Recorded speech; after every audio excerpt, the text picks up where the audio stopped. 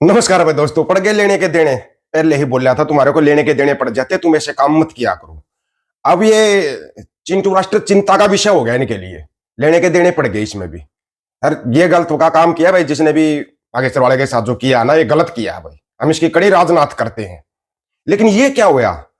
लेने लेने तो चले थे चिंटू राष्ट्र भाई, हिंदू राष्ट्र बनाएंगे, हिंदू राष्ट्र बनाएंगे, बड़ी यात्रा निकाल रहे थे। लेकिन उसके बीच में खालिस्तान बनाएंगे, खालिस्तान बनाएंगे, ये कौन सी मांग उठ गई एकदम से? लेने के देने पड़ गए उल्टे। तुम्हारा हवन यज्ञ है वो उल्टा हो जाता हर बार। अब की बार ट्रंप सरकार वो उल्टा बैठ गया, ट्रंप सिर पे आके। एक और निखिल गुप्ता को पकड़ लिया, एक और को पकड़ लिया। कहां कहां बचोगे तुम? पहले तो ये बताओ, ये पर्ची वाला बाबा पर्चियों से सबका इलाज करता है, पर्चियां निकाल के बता देता है।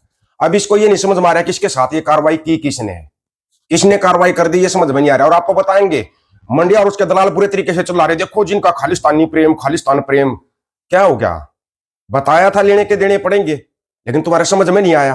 पहले तो सुनो बागेश्वर वाला क्या बोल रहा है। कोई बहुत बड़े महापुरुष हैं, उन्होंने कहा बागेश्वर बाबा की पदयात्रा नहीं करने देंगे, सुप्रीम कोर्ट जाएंगे। हाँ, कल कही ना, कल कही। उनका नाम तो हम भूल गए। उन्होंने राष्ट्रपति जी को पत्र लिख के कहा है कि बाबा की पदयात्रा आएगी तो हम लोग रोकेंगे और सुप्रीम कोर्ट जाएंगे। अब हमारे पास उनका मोबाइल नंबर नहीं है, नहीं तो हम ठग भी तो पहले फोन से मारते। मोबाइल नंबर नहीं है, रावण का मोबाइल नंबर है, हनुमान का मोबाइल नंबर है, उस बंदे का मोबाइल नंबर नहीं है। उस बंदे की भी सुन लेना। उन्हें ये पता ही नहीं है कि हम बहुत टेढ़े आदमी हैं। हाँ। पहली बात तो तुम्हें छेड़ना नहीं चाहिए, और छेड़ा है तो अपन छोड़ेंगे भी नहीं बेटे। मैं धीरेन्द्र शास्त्री तुम्हें बता दूं, हिंदी में सुन लेना। तुम जैसे टेढ़ों को दामोदर यादव को सीधा करना आता है। तुम जैसे आडंबरी और पाखंडियों को न समाज को लूटने दूंगा, न पर्चियां निकाल के बेवकूफ बनाने दूंगा। और अगर मुझसे पंगा लोगे तो एक और बात का ध्यान रखो, ये जो तुम वहां पे करते हो पर्चियां निकालने के साथ साथ भूमाफिया बन के बैठे हो, और वहां कितने लोग गायब हो गए हैं, कितने की लापता की रिपोर्टें हैं, सब निकलवा रहा हूं मैं।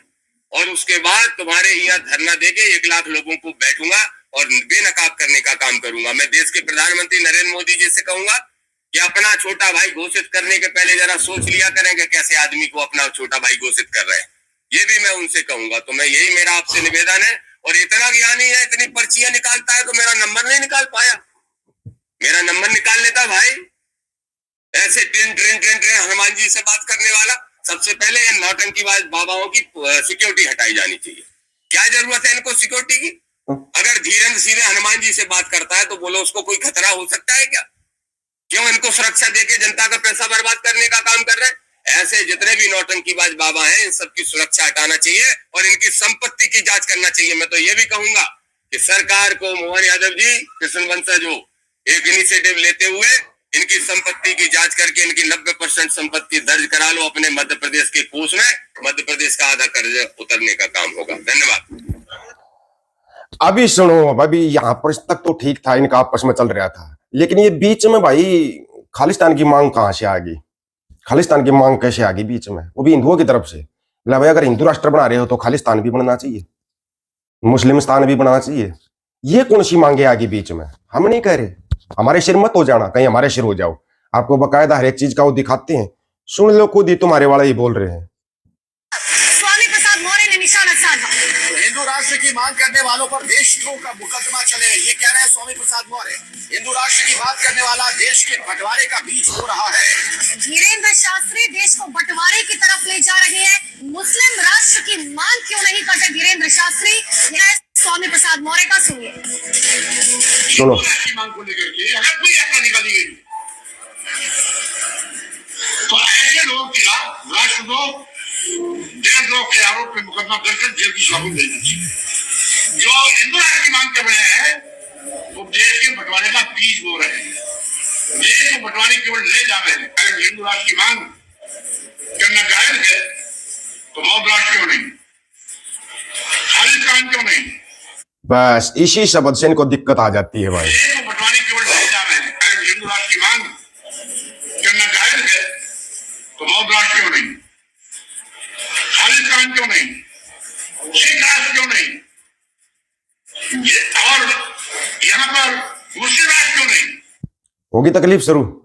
बताया था तुम कुछ भी मत किया करो, तुम कुछ भी करते हो उसका तुम्हारे ऊपर उल्टा असर होता है। वो उल्टा असर इतना उल्टा हो जाता है कि तुम्हारा समझ में नहीं आता फिर कि क्या हो गया क्या नहीं हो गया है। तुम्हारे साथ कहानी खत्म हो जाती है तुम्हारी। अगर चमार के बच्चे पढ़ जाएंगे तो गोबर कौन उठाएगा? प्रिंसिपल ने ऐसे बोला? हाँ, प्रिंसिपल ने बोला।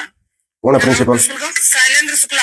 हाँ, शैलेंद्र शुक्ला ने कहा हाँ। कि चमार के बच्चे पढ़ जाएंगे तो गोबर कौन उठाएगा? कई बार ऐसा कई बार बोले हैं। हाँ, का हम लोग इससे नहीं टाउन जा गए, वहाँ गए, बहुत बहुत। ये क्या है भाई, ये शुक्ला? हाँ, प्रिंसिपल ने बोला। क्या नाम है प्रिंसिपल का? शैलेंद्र शुक्ला। शैलेंद्र शुक्ला। बोला अगर समारोह के बच्चे पढ़ेंगे तो गोबर कौन उठाएगा? ये है इनका हिंदू राष्ट्र। ये हिंदू राष्ट्र की सच्चाई आ रही सामने। एक दो नहीं, हजारों वीडियो दिखा सकते हैं, हजारों इनकी सच्चाई के। लेकिन क्या है ना, लोगों को समझना तो है नहीं, बस चलना है वही गोबर मूत्र के पीछे। उस बच्ची ने ना बिल्कुल से एनालाइज करके बताया, बोले जैसे वहां पे पढ़ा रहे हैं ना, गुजरात के अंदर पढ़ा रहे हैं, गोबर का रिसर्च करवा रहे हैं, वैसे ये पंजाब यूनिवर्सिटी में गोबर का रिसर्च करवाना चाहते हैं।